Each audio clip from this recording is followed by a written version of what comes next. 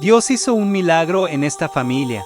Es sorprendente. Mire, va, no hay nadie. Como si lo tuvieran rodeando. Sí, como si la policía ya estuviera, mire, va. Y se entregó ahí, ya. Mire, se entregó, ahí sale. Y nosotros salimos corriendo automáticamente, amigo. Esta es la Había que cámara. aprovechar. Mire, va, mire el individuo ahí, mire. Ahora se para como loco y sale corriendo, mire, que no hay nada.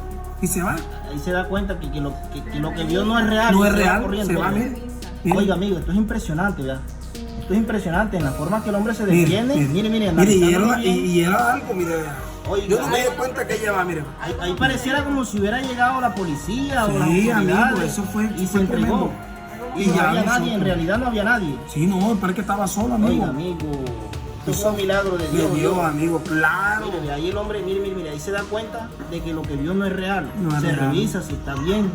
Mire, y se dio cuenta que Sí. ya no tiene nada que hacer y lo que hace es prender la huida. Ahí les dejo para que miren ese video. Gracias a Dios todo salió bien.